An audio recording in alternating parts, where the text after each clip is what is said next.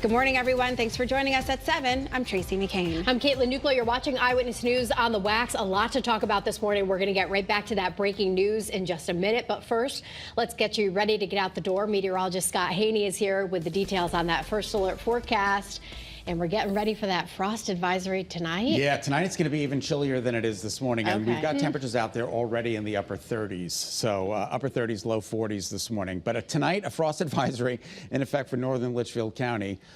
It's kind of self-explanatory here. It's going to be colder tonight than it is this morning. Roads are dry. Visibility is good this morning. And as we take a look at First Alert Live Radar, the only live radar in Connecticut, we are scanning dry. And that's the way it stays now until Monday. That's remarkable. So you're going to need to water those plants again. All right, 43, 44 for the ride to school, lunch and recess, 49 to 52. What's up with these numbers? A little on the cool side, right? Not only that, you got to factor in a breeze, which is going to make these temperatures feel about 5 to 10 degrees cooler for the ride home. We're talking about temperatures that are going to feel like they're in the upper 40s and low 50s. Here's the visibility. It's at a perfect 10, and we're talking about just an absolutely gorgeous sunrise. Here comes that sun in Old Saybrook, the camera that never disappoints. And as we take a look at the forecast for today, numbers only climbing into the upper 50s. Technically, we should be at about 63, 64. We're not going to get there today. We'll get a little closer tomorrow after a chilly start, and I'll be back with that 7-day forecast coming up in just a bit. In the meantime, Kate, good morning. All right, good morning. Unfortunately, following a breaking traffic alert here in Prospect, the news is not good here as you're waking up with us. Route 69 is closed at Talmadge Hill Road, and we've just learned from Connecticut State Police 2 people are dead following this very serious multi-car crash here. We are also told that multiple people were taken to the hospital here this morning. Just heads up here, if you're looking for more information, Roger Suzanin is your reporter live on scene. He's been asked to move his location, so our live images of this crash site have gone down for just the foreseeable future. We will get them to you as soon as possible, but I also do want to make you aware here. We just got this from the schools in the area. Route 69 and Prospect closed between Talmadge Hill and Core Roads.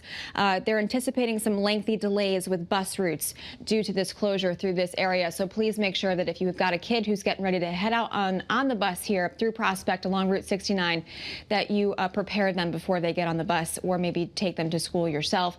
Again, this is a deadly crash. Multiple people taken to the hospital. Roger Suzanin will have another live report as soon as we get him back up live. We will bring that to you here on the Wax. That's a quick check at your Connecticut Chevy First Alert traffic report, driven by your Connecticut Chevy dealers. All right, it's 7:03 right now. Leaders and immigration advocates in Hamden demanding answers after 8 people were detained during an ICE raid at a car wash. This video here showing agents sweeping into the business on Dixwell Avenue.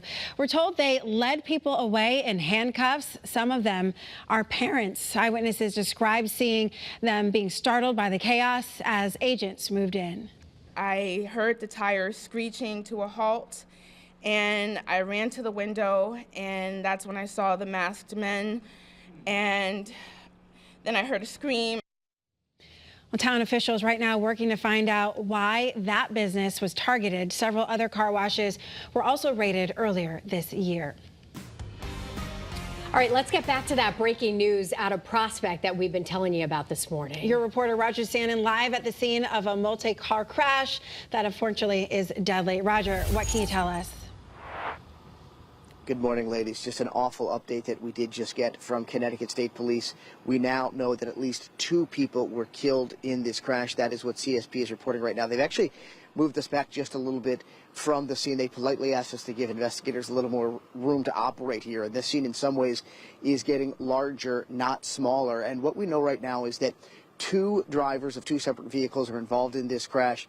One of those drivers at least also hit a power pole, which has led to a handful, about a few dozen power outages as well. This crash is also impacting school bus pickups early this morning, so that is something that parents need to be aware of here in Prospect. We can also tell you that Route 69 is closed in both directions again at Talmadge Hill Road all the way to Coer Road again here in Prospect. So again, what we know right now, 2 people killed in this deadly crash that were traveling in 2 separate vehicles, or we know the 2 separate vehicles were involved, I should say. 4 people rushed to local hospitals. Of course, we'll let you know much more about this developing situation as we get new information. But again, Route 69 here in Prospect is closed in both directions at Talmadge Hill Road. Reporting live in Prospect this morning, I'm your reporter, Roger Suzanne, Channel 3 Eyewitness News. Well, right now, state lawmakers are looking at ways to improve protections for children who are homeschooled after a 12-year-old girl was allegedly murdered by her mother and her mother's boyfriend. Investigators say Jacqueline Torres was withdrawn from public school after 5th grade. Leaders say while the vast majority of parents decide to homeschool their kids for the right reasons, the lack of oversight can open the door for potential abuse. Homeschool advocates say the Department of Children and Families should be held accountable. Meanwhile, we're hearing exclusively from Jacqueline's great-aunt, Yaxi Garcia. She says Jacqueline mostly lived with her father up until her mother got custody of her about 3 years ago. Jacqueline's father moved out of state, and Garcia believes Jacqueline's removal from the public school system allowed her disappearance to go unnoticed for a year. I would have definitely asked questions. I would have made phone calls. I would have done anything that was in my power to find out what was going on. Well, she believes Jacqueline's mother suffered abuse by her boyfriend, who is also charged with murder in Jacqueline's death. You can find our full exclusive story with Jacqueline's great aunt on our website or on the WFSB app. Well, right now in Torrington, investigators are looking into what started a deadly house fire on Marvin Street. Neighbors there heard an explosion about 8 o'clock yesterday morning. The victim is a 52-year-old woman, and she's being remembered this morning for her kindness. We're told a cat died in that fire as well, and another ran away. Right now in Hartford, police are looking for a suspect involved in a shooting around 5:30 yesterday evening. We're told it happened on Clark Street. You can see here Pinpoint News Tracker taking you to the scene. The victim is expected to be okay. This is the second shooting in Hartford this week. Well, happening today, the former director of school construction for the state will be taking the stand in his federal bribery trial today. Costa Diamantis accused of stealing thousands of dollars in bribes and kickbacks. Your reporter Taylor Knight has more on what we can expect when he takes the stand in his own defense today.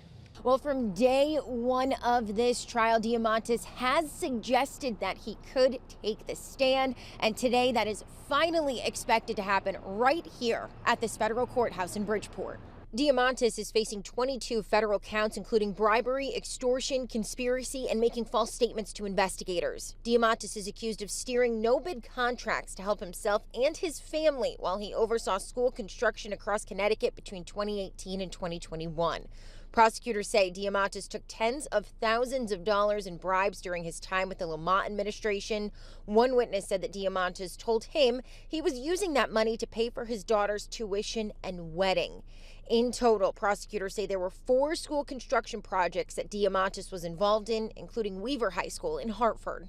Diamantis has pled not guilty to all of the charges against him. Your chief political reporter, Susan Rath, will be in the courtroom when he testifies later today. She will have updates for you on air and online at WFSB.com.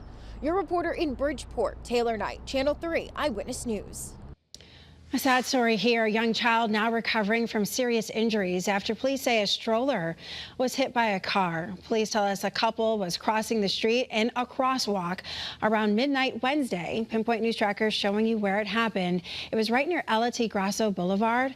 Police still looking for the driver. Anyone with information should call police. An update here this morning. The suspect charged in the deadly Shelton house party stabbing is being given more time to find a new attorney. Raul Valley appeared in court in Milford to face lesser charges that the jury couldn't reach a verdict on during his first trial. Valley says he and his family have been looking extensively for an attorney, and he's now scheduled to be arraigned November 17th. They'll have to have one by then. Well, this morning, everyone in Waterbury can go back to using their tap water as normal. Test results show the water is finally safe, allowing the city to lift that boil water advisory. It had been in place for about 1,500 homes that lost water service and saw a drop in pressure while repairs were made to last month's water main break on Huntington Avenue.